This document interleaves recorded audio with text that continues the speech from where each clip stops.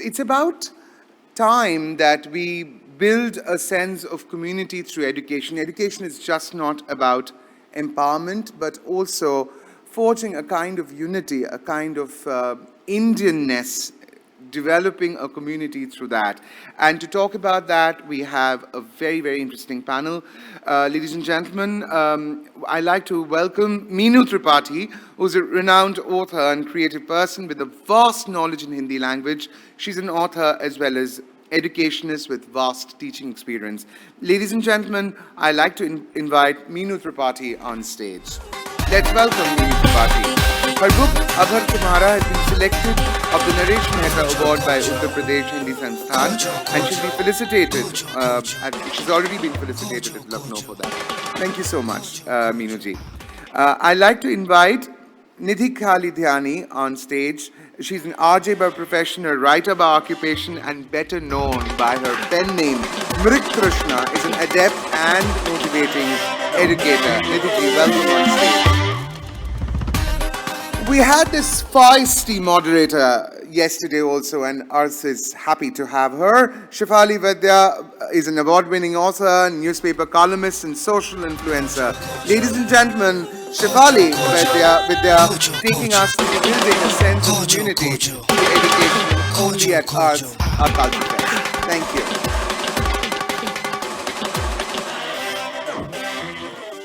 Thank you so much, Sujoy, for that very generous opening. And I'm very, very happy to have such accomplished guests with me on a topic that is very different and very interesting. It is about education and community building and the role of education in community building. शिक्षा और समाज का संबंध तो सदियों से है, लेकिन आज जो हम देख रहे हैं कि हमारे जैसे देश में जो इतना बड़ा है, जिसमें इतनी भाषाएं हैं, जिसमें इतने अलग अलग अपनी अपनी संस्कृतियां हैं, अपनी परिभाषाएं हैं, अपनी वेशभूषाएं हैं, ऐसे देश में बहुत फॉल्ट लाइन्स होते हैं बाय डिफ़ॉल्ट, क्योंकि हम लोग इतने डिवर्स हैं.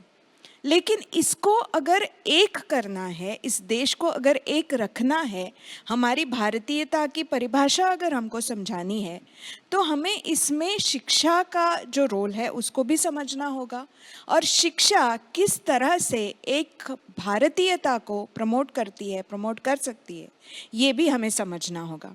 आज मेरे जो दोनों गेस्ट हैं वो दोनों एजुकेटर्स हैं, वो दोनों आवा आर्मी वाइव्स वेलफेयर एसोसिएशन का भी काम करती है, और अपने अपने समाज के क्षेत्र में, सामाजिक क्षेत्र में भी वो बहुत काम करती हैं. तो मैं जानना चाहूँगी निधि से कि आपको क्या लगता है कि शिक्षा का क्या रोल होना चाहिए नेशन बिल्डिंग में, कम्युनिटी बिल्डिंग में, और शिक्षा उसमें क्या कर सकती है अपने जैसे बहुत बड़े, बहुत डिवर्स देश में. धन्यवाद शेफाली जी ये प्रश्न पूछने के लिए.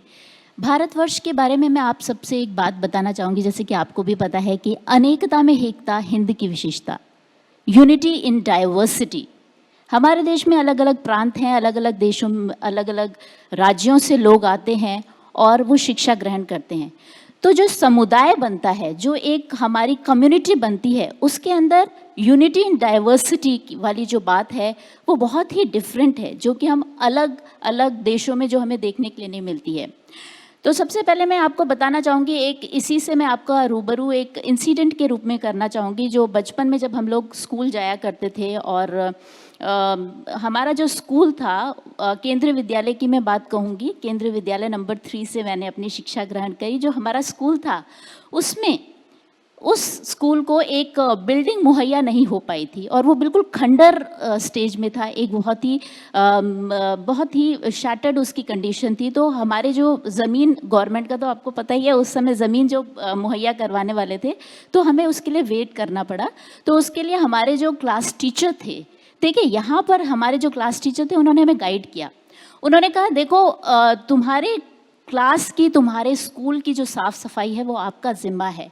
अगर आप अपने स्कूल को साफ करते हो तो कहीं ना कहीं वो जो एक राष्ट्र चरित्र का निर्माण होता है वो बहुत इनिशियल स्टेज से हमारे जो टीचर्स थे उन्होंने करना शुरू कर दिया। अब केवी की बात की जाए तो ये जो क्लास होती है, और आर्मी स्कूल्स की बात की जाए, आर्मी स्कूल्स की जो क्लासेस होती हैं वो एक तरीके से वहाँ पर डाइवर्सिटी बहुत है, पूरे प्रांत से, पूरे भारतवर्ष से लोग आते हैं।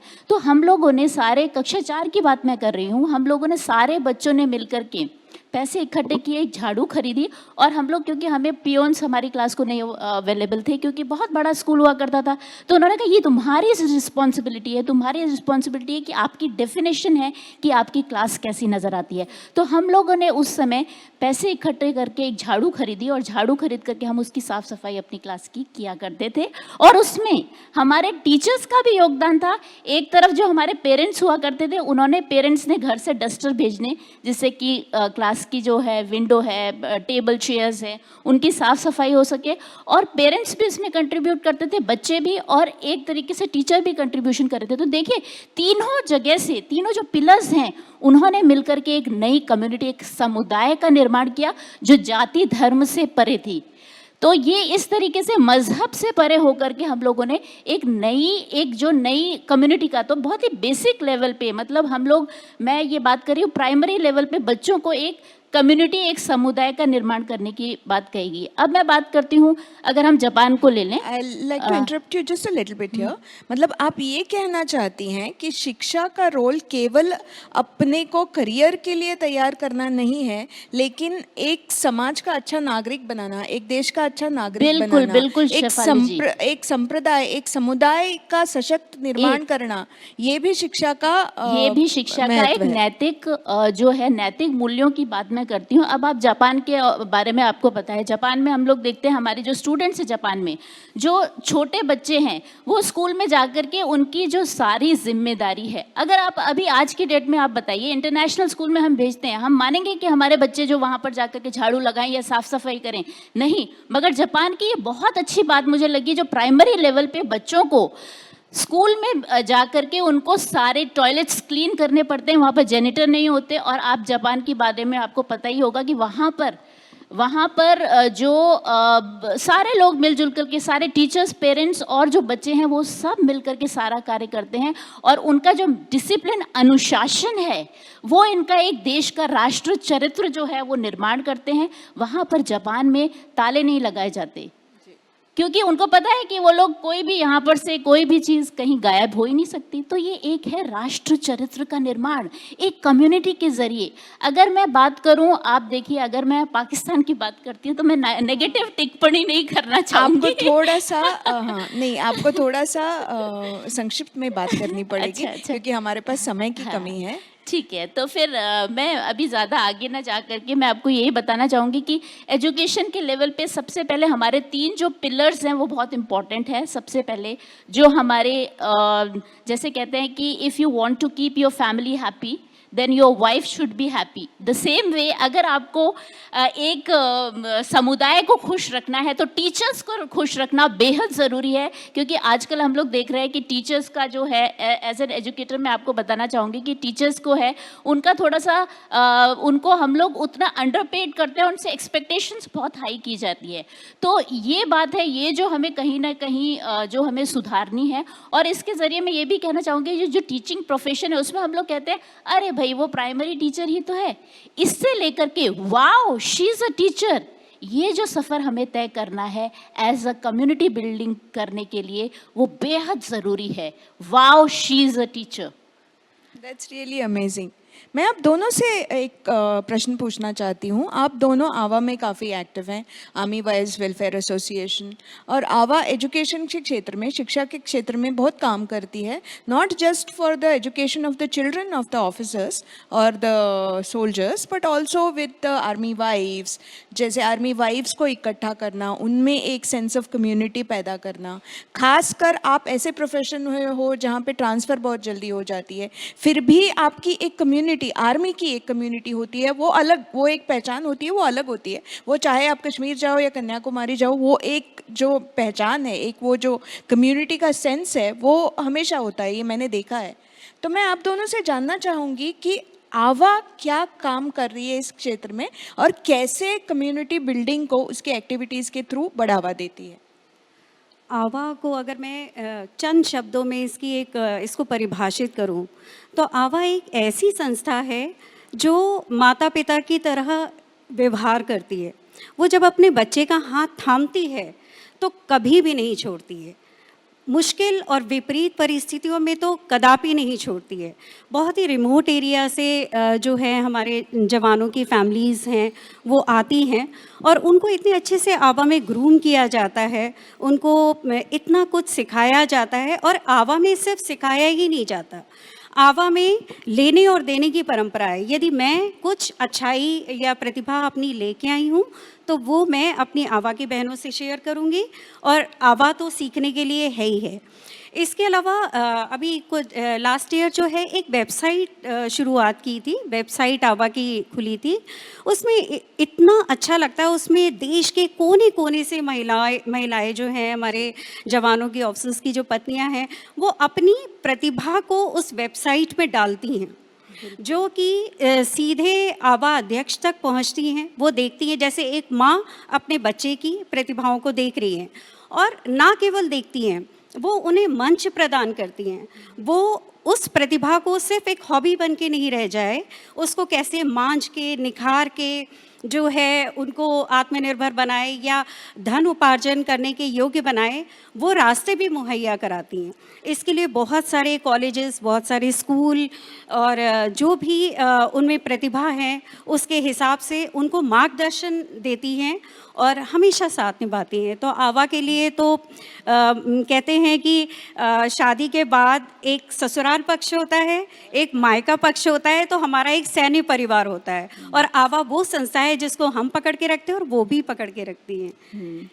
और आवा के बारे में मैं एक और बात आपको से शेयर करना चाहती हूँ कि जैसे as a principal army pre primary school and army school, मैंने ये बात नोटिस की है कि अगर हम अलग अलग प्रांत में हमने भ्रमण किया, कश्मीर से लेकर कन्याकुमारी तक और गुजरात से लेकर के मेंचुका तक हमने सफ़र किया, तो वहाँ पर हमने ये पाया कि जो आर्मी स्कूल्स हैं और आर्मी प्री प्राइमरी स्कूल्स हैं, आप उनको किसी भी स्कूल से कंपेयर कर लीजिए, वो अपने आप में एक मिनी इंडिया का रूप है, एक मॉडल है जो कि हमें इंडिया को रिप्रेजेंट करता है।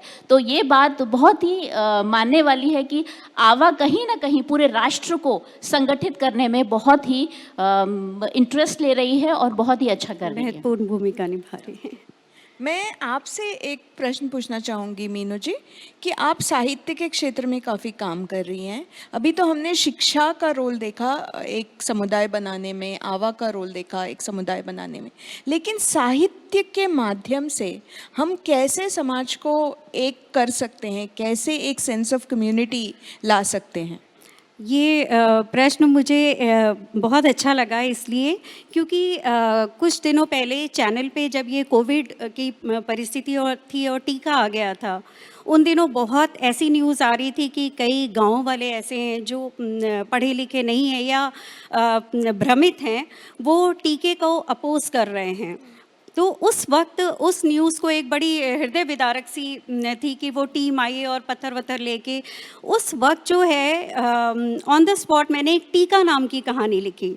उस टीका नाम की कहानी में बड़े हिलेरियस अंदाज में संवाद रखे, और जो वाकई संवाद गांव वालों से सुनने को मिलते हैं कि टीका नहीं लगाना, वजह कुछ उनको पता नहीं है, तथ्यपरक नहीं है, पर टीका नहीं लगाना है।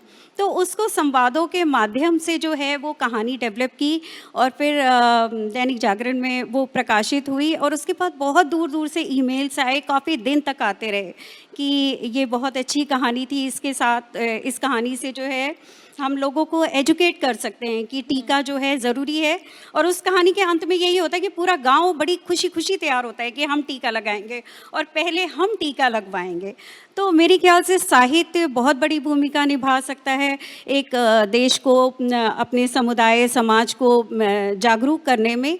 इसी तरह जैसे मैंने एक वृक्ष मित्र वीर एक किताब लिखी है, पर्यावरण में प्रकाशन विभाग से वो प्रकाशित हो रही है, तो उसमें भी पर्यावरण के सारे मुद्दों को उसमें टच किया है हमने, और उसमें बिना पर्यावरण शब्द का इस्तेमाल किए बच्चे में किशोरावस्था के लिए है वो, उसमें एक भावना आती है कि नहीं, हमें सफाई रखना ज़रूरी है, हमें हवा पानी साफ रखना ज़रूरी है, बिना पर्यावरण और बिना किसी उपदेश को दिए हुए। तो मेरे ख्याल से साहित्य जो है बहुत बड़ी भूमिका एजुकेट करने में जो है भूमिका निभाता है, क्योंकि मेरा मानना ये है कि जो एजुकेशन है वो एक व्यक्ति को शिक्षित करती है, शिक्षा जो है शिक्षित करती है एक व्यक्ति को, व्यक्ति अपने समुदाय में जाता है, उसको शिक्षित करता है, उसके बाद एक स्वस्थ समुदाय एक स्वस्थ समाज को बनाता है, और स्वस्थ समाज जो है वो एक मजबूत देश अपने सामने दे सकता है। तो इस तरह से जो है शिक्षा का रोल जो है साहित्य के माध्यम से मेरे ख्याल से बहुत शिक्षित किया जा सकता है, और बहुत ऐसा कुछ लिखा जा सकता है जिसमें बिना किसी उपदेश के जो है अपने अंदर जो है आत्मसात कर ले कि उसमें क्या है, हमें क्या करना चाहिए, गलत सही उसकी पहचान। एक शिक्षित व्यक्ति में यही है कि वो जो है गलत सही में पहचान कर पाता है, बरगलाया नहीं जा सकता है, और कुछ ऐसी कुप्रथाएं हैं जो कि समाज के विकास में यदि बाधाकारी हैं तो उसमें वो हिम्मत प्रदान करता है कि वो उसके खिलाफ अपने स्वर को मुखर करे, लोगों को जागरूक करे। तो बस इतना ही। बहुत बहुत धन्यवाद। समय की कमी के कारण हमें ये सेशन यहाँ समाप्त करना पड़ रहा है, लेकिन जैसे मीनू जी और निधि जी ने कहा कि शिक्षा अपने जैसे देश में, भारत जैसे देश में एक बहुत बड़ा रोल शिक्षा निभा सकती है, एक मजबूत समाज तैयार करने में, एक मजबूत समुदाय तैयार करने में, और अंततः एक मजबूत राष्ट्र तैयार करने में। आज जब हम आज़ादी के अमृत महोत्सवी वर्ष में हैं तो हमारे लिए ये जो मैसेज है ये खास कर बहुत बहुत बहुत महत्वपूर्ण मैसेज है। बहुत बहुत धन्यवाद, आप यहाँ आए और आपने इस विषय पर बात की। शुक्रिया। धन्यवाद, थैंक यू। धन्यवाद।